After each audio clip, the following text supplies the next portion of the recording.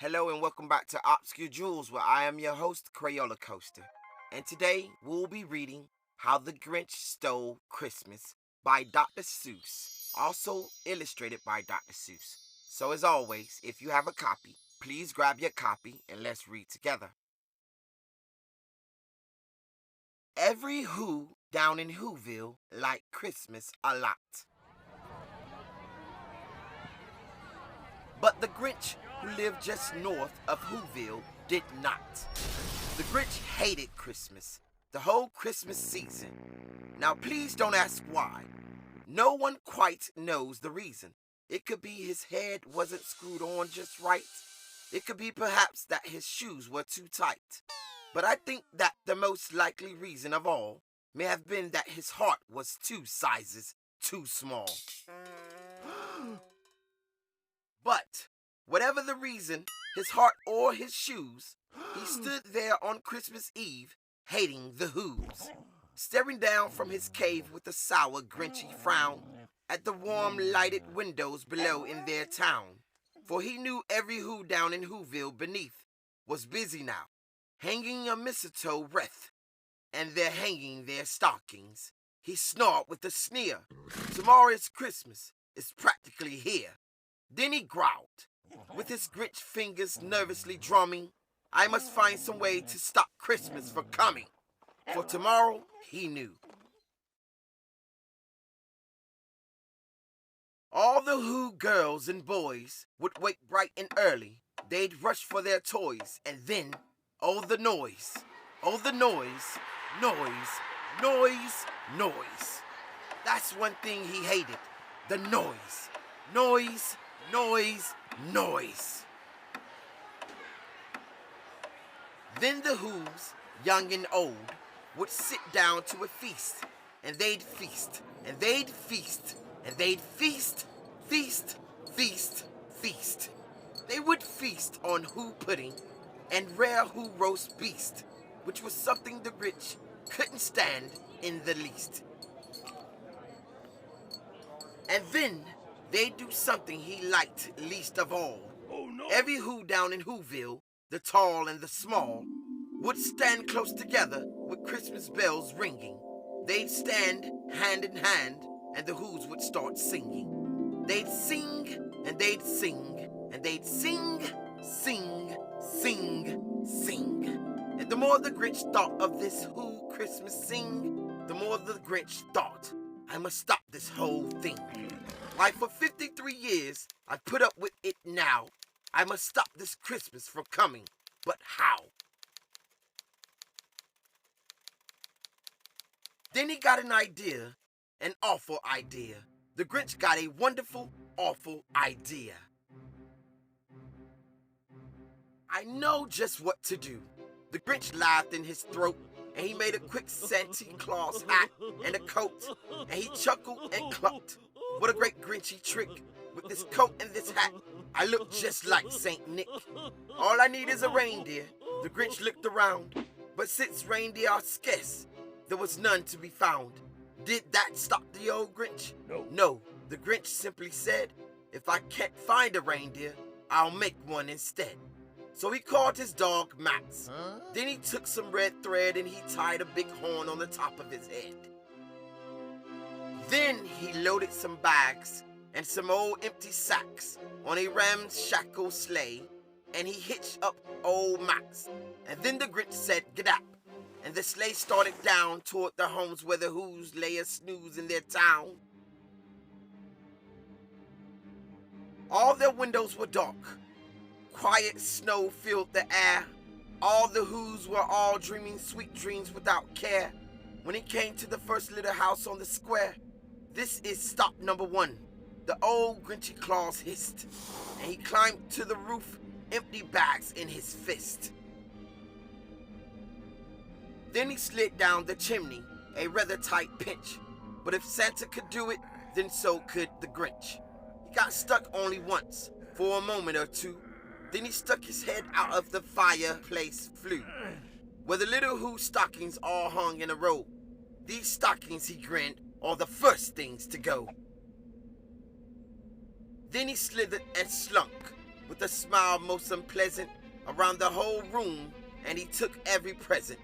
Pop guns and bicycles, roller skates, drums, checkerboards, tricycles, popcorn, and plums, and he stuffed them in bags. Then the Grinch, very nimbly, stuffed all the bags one by one up the chimney. Then he slunk to the icebox. He took the Who's feast. He took the Who pudding. He took the roast beast. He cleaned out that icebox as quick as a flash. Why that Grinch even took their last can of Who hash.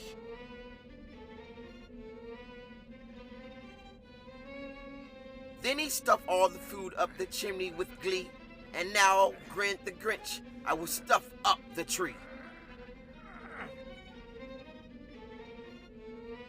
And the Grinch grabbed the tree and he started to shove when he heard a small sound like the coo of a dove. He turned around fast and he saw a small Who. Little Cindy Lou Who was not more than 2. The Grinch had been caught by this tiny Who daughter who'd got out of bed for a cup of cold water. She stared at the Grinch and said, "Santa Claus, why? Why are you taking our Christmas tree? Why?" But you know, that old Grinch was so smart and so slick, he thought up a lie, and he thought it up quick. Why, my sweet little tot, the fake Santa Claus lied. There's a light on this tree that won't light on one side. So I'm taking it home to my workshop, my dear. I'll fix it up there, then I'll bring it back here. And his fib fooled the child, then he patted her head, and he got her a drink, and he sent her to bed. And when Cindy Lou Who went to bed with her cup, he went to the chimney and stuffed the tree up. Then the last thing he took was the log for their fire. Then he went up the chimney himself, the old liar. On their walls he left nothing but hooks and some wire. And the one speck of food that he left in the house was a crumb that was even too small for a mouse.